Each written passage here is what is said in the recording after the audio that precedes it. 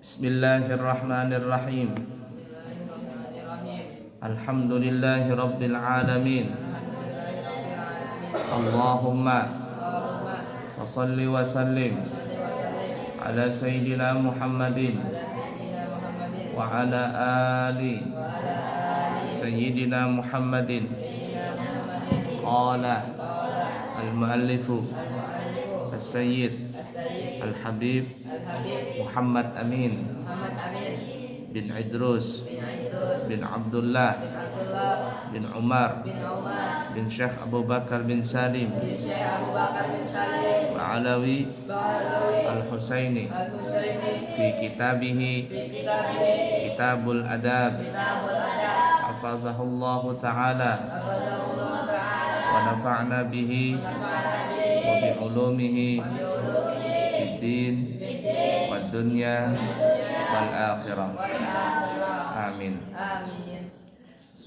Bab yang ketiga, adab masuk dan keluar kamar mandi. A. Di antara adab-adab ketika akan masuk ke kamar mandi. 1. Menutup kepala atau menjaga untuk menjaga rasa malu kepada Allah Subhanahu wa ta'ala, kecuali jika dibutuhkan, seperti ketika akan mandi. Sudah Buya sebutkan pada pertemuan yang lalu kan, sunnah menutup kepala. Manfaatnya supaya syaitan jangan meniup kepala seseorang yang masuk kamar mandi, karena kamar mandi itu tempat sarangnya syaitan, tempat beranaknya iblis, jin di situ. Ya, jadi jangan terbuka kepala kalau masuk kamar mandi, terutama pada saat buang hajat, buang air kecil, buang air besar, itu tutup kepala.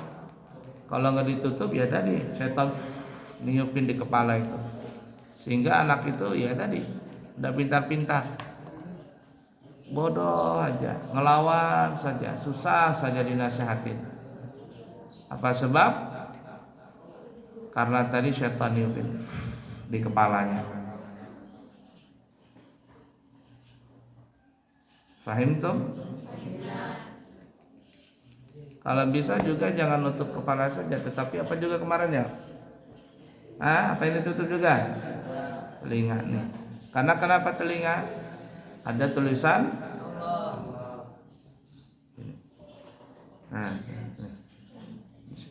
ada tulisan Allahnya di sini. La ilaha illallah.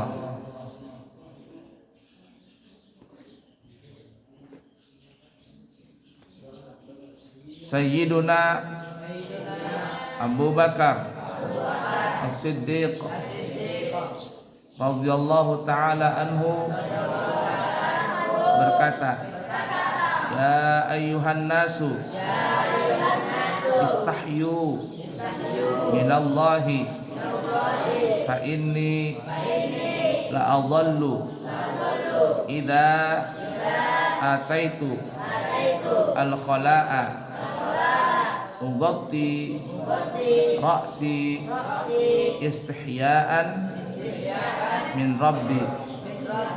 Rawahu Abu Dawud At-Tayalisi. Artinya, wahai para manusia, malulah kalian kepada Allah Subhanahu wa ta'ala, maka sesungguhnya aku selalu diam di bawah atap jika masuk ke kamar mandi, seraya menutup kepalaku karena rasa maluku kepada Tuhanku. Hadis riwayat Abu Daud. Yang dimaksud di bawah atap itu maksudnya masuk ke kamar mandi atau masuk ke dalam WC. Tutup kepala itu Sayyidina Abu Bakar. Sunnah ya, tutup kepala. Ingatin itu. Sudah belajar adabnya, ketika masuk WC praktekkan. Nomor 2, memakai sandal agar kaki tidak terkena najis dan selamat dari gangguan jin. Sebenarnya masuk kamar mandi WC itu ada sendalnya, nggak boleh nggak pakai sendal. Cuman sendal itu ditaruh di WC untuk di WC, bukan dibawa kemana-mana. Sendal di WC khusus WC, sendal di luar khusus di luar. Jangan sendal di luar masuk ke WC, habis kotor semuanya. Atau sendal WC dibawa keluar. Itu yang santri putra, ada sendalnya nggak di dalam WC? Beli nanti. Ada uang kas kan? Beli. Cari setelah beli sendal ditulisin atau dikasih tanda sendal itu, ini khusus dalam WC, nggak boleh keluar dari WC.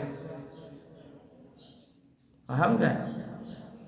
Begitu juga putri, ada sendalnya nggak di dalam WC itu? Ada. Setiap WC ada. Jangan dibawa keluar sendal itu, khusus di dalam WC saja. Nggak boleh keluar dari pintu WC. Yang putra, beradab, belajar adab. Paham kira-kira? Beli sendal nanti, kumpulan uang tuh. Berapa sendal tuh? 10.000 atau 7.000? 15.000. Tuh. Setiap WC disediakan sendal. Jadi kalau ada tamu juga nggak merasa kotor masuk ke WC itu. Paham kira-kira? Sunnah.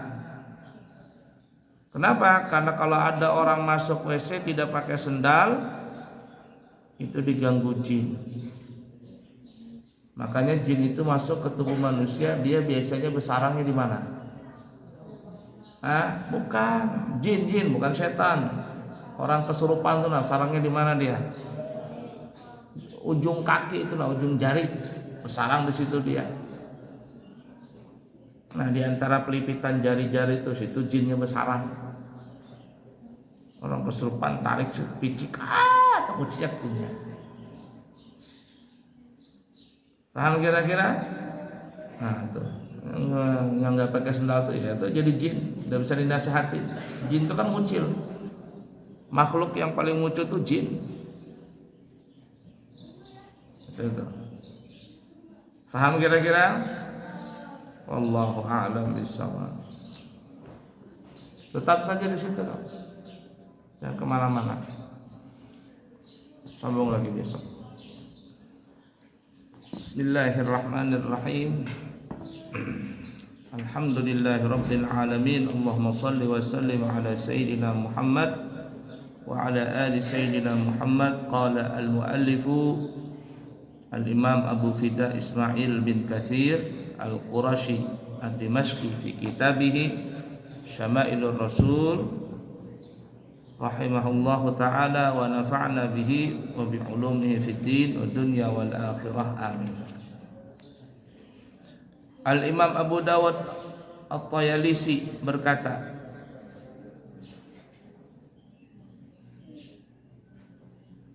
Qurrah bin Khalid menceritakan kepada kami, Muawiyah bin Qurrah menceritakan kepada kami dari ayahnya, dia berkata, Ataitu Rasulullah sallallahu alaihi wasallam faqultu ya Rasulullah arinil khatimah faqala adkhil yadaka fa adkhaltu yadayya fi jarbanihi faja'altu almasu anzuru ila al-khatimi fa idahu ala lafzi katifihi mislal baydati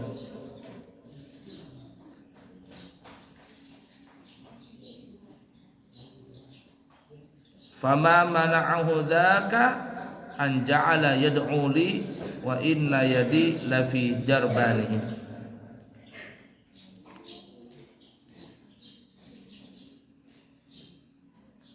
Muawiyah bin Qurrah menceritakan kepada kami dari ayahnya. Ya. Jadi ayahnya Muawiyah bin Qurrah. Apa katanya? Aku mendatangi Rasulullah sallallahu alaihi wasallam dan berkata,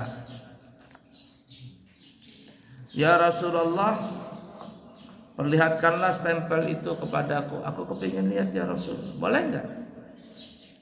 Maka Nabi pun berkata, "Masukkanlah tanganmu.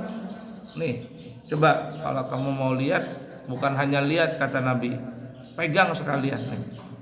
Masukkan tanganmu ke dalam. Masukkan tanganmu ke dalam." Maka aku pun masukkan tanganku ke dalam lubang lengan baju beliau. Karena lengan baju besar ya. Masuk, rasakan. Lalu aku berusaha melihat stempel tersebut, membuka begitu di mana ini baju dan stempel, melihat begitu. Ternyata dia terletak di cabang pundak beliau sebesar telur. Telur apa nih? Telur puyuh kapas. Nah, jadi melihat. Tidak menghalangi beliau untuk mendoakan. Hal itu tidak menghalangi beliau untuk mendoakan kebaikan bagiku. Dan saat itu tanganku benar-benar berada di lubang lengan baju beliau. Jadi bukan hanya memandang tapi juga memegang stempel kenabian tadi.